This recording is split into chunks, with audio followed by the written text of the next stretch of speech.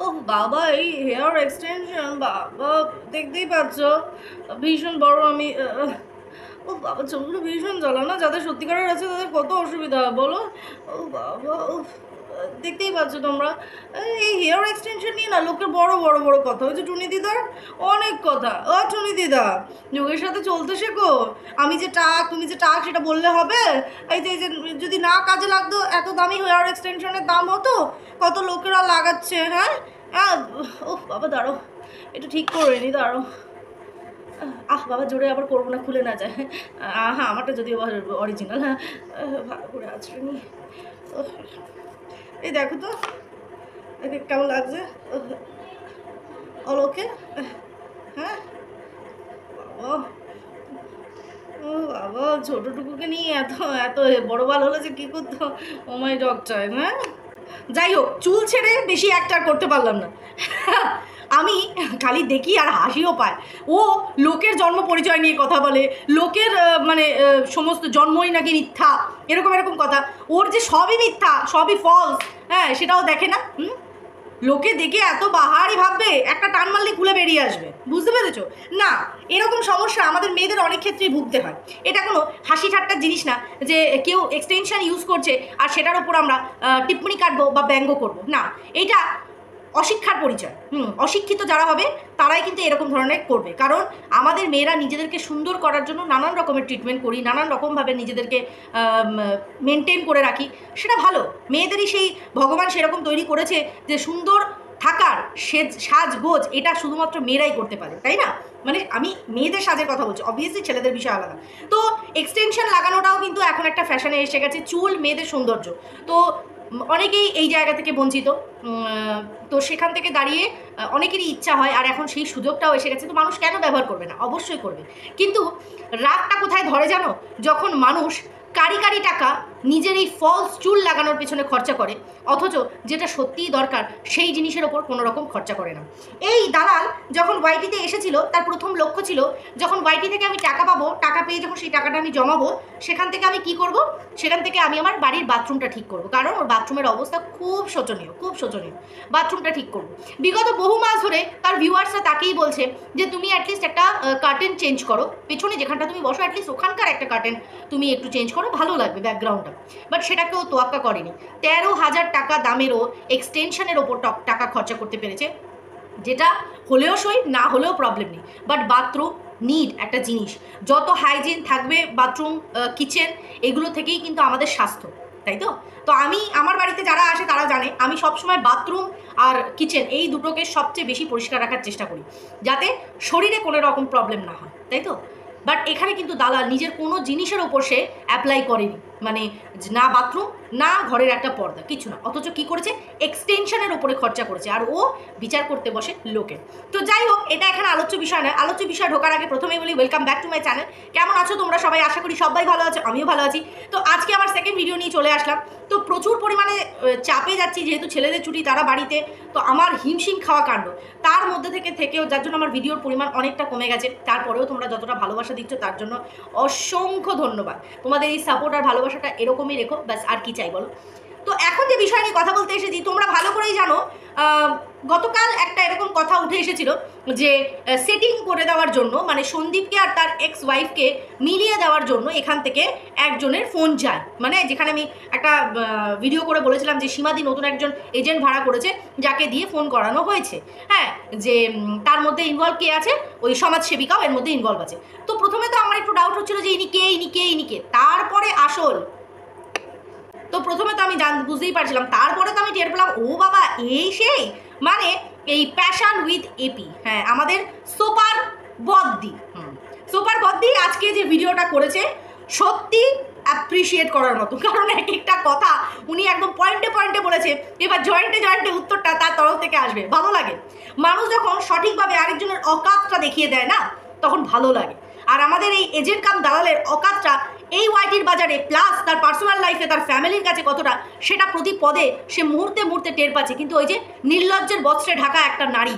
যার মানে লজ্জা আমাদের বস্ত্র হয় কিন্তু ও নির্লজ্জের বস্ত্রে ঢাকা নিজেকে ঠিক আছে সেখানে দাঁড়িয়ে ও এরকম অ্যালিগেশন দেয় যেরকম ফোন করা হয় আর এখানে চোপার বদ্দি যেভাবে তারে ধুইছে ঠিক কইছে হ্যাঁ রে দালাল তুই নাকি এফবিতে ইনস্টাগ্রামে গিয়া গিয়া তুই নক করিস, নক কইরা কইস আমি ফোন করব, আমি ফোন করব। বাবা রে বাবা, এই তোর লেভেল, এটা তোর লেভেল। ও বাবা, তোকে আবার সাপোর্ট করে আবার লেভেল আলি কিছু কিছু, ও মাই ডগ টাইপস। যাই হোক, সেটা বড় কথা না, বড় কথা হচ্ছে জায়গায় জায়গায় গিয়ে নক করে করে বড় বড় ক্রিয়েটারদের পিছন চাটার পরে যখন হাতে ঘা লাগে পুনরায় সেই দিকে ঘুরে গিয়ে কল রেকর্ডিং ফাঁস করতে বসে যাস। এইটা হচ্ছে তোর লেভেল, এটা হচ্ছে তোর অকাত। আজকে ফ্যাশন উইথ এপি মানে এই সোপার বদ্দি কিন্তু খুব ভালো বলেছে যে আমার তো দরকার পড়ে না যে কাউকে ফোন করার, আর তাও আবার যদি আমি ফোন করব রুমালিকে করব, মানে দিস দ্য ফেস্টিকেটেড দি ভাইকে ফোন করবে, বাট কাকে করবে না? গামলাকে করবে না। অবভিয়াসলি একটা লেভেল ভাই মেনটেন করতে একটা অকাত। দেখ তোর সাথে এই গামলার অকাত একদম মেল খায়, তো তুই এই জন্যই গামলাকে, আর প্রত্যেকটা ভিডিওতে কি শোনার, ও ফোন করেছিলাম, ও আমাদের এই কথা হয়েছে, আমাদের সেই কথা হয়েছে। তাই গামলা এসে তো কখনো বলে না, গামলা এসে তো কখনো বলে না। তুই এত হুঙ্কার মারিস কি করতে? কি এমন বললাম না, আওয়াজ একদম ডাউন করে কথা বলবি। পরকীয়ারত নারীকে সাপোর্ট করছিস, তারপরে আবার বড় বড় বুকনি মারছিস। আজকে সীমা যদি পরকীয়া করে থাকে সেটা অন ক্যামেরা আমরা দেখতে পাইনি, যদি করে থাকে সেটা সীমা জানে, সীমা বলতে পারবে।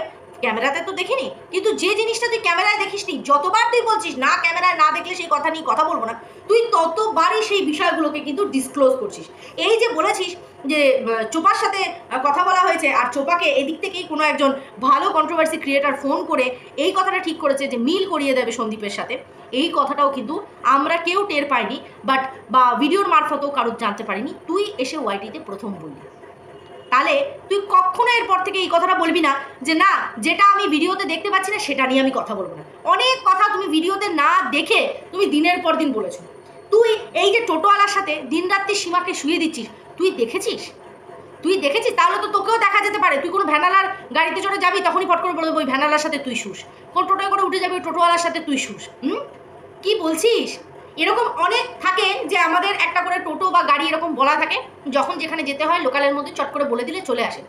টাকায় পুষিয়ে দিচ্ছে তাকে, তুই সেটা ইশারা করলি না, কিসে পোষাচ্ছে তুই সেটা ইশারা করলি। তার মানে তোর এটা চ্যানেল নাকি দিন রাত্রির কার সাথে কাকে কোথায় শোয়ানো যাবে সেটা নিয়ে বিশ্লেষণ হয়, অথচ তুই আবার বুকনিবাজি মারছিস যে কিনা সাপোর্ট করছে এমন এক নারীকে গিয়ে যে 9 মাস নিজের স্বামীর সংসার ছেড়ে এখনও ডিভোর্স হয়নি, অথচ নিজের বয়ফ্রেন্ডের বাড়িতেও থেকেছে তাকে শ্বশুর বাড়ি বলে। এটা আমরা একা নিজেরা বলিনি, তুইও স্বীকার করেছিস যে তারা লিভিনে রয়েছে। তাহলে তারপরেও তুই বড় বড় কথা বলিস। বললাম না লজ্জা বস্ত্র হচ্ছে মেয়েদের আসল মানে জিনিস, কিন্তু তোর লজ্জা বস্ত্র নেই, তোর নির্লজ্জ বস্ত্র রয়েছে, যেটাকে পরিধান করে তুই দিনের পর দিন দিনের পর দিন দিনের পর দিন নোংরামি করে যাচ্ছিস।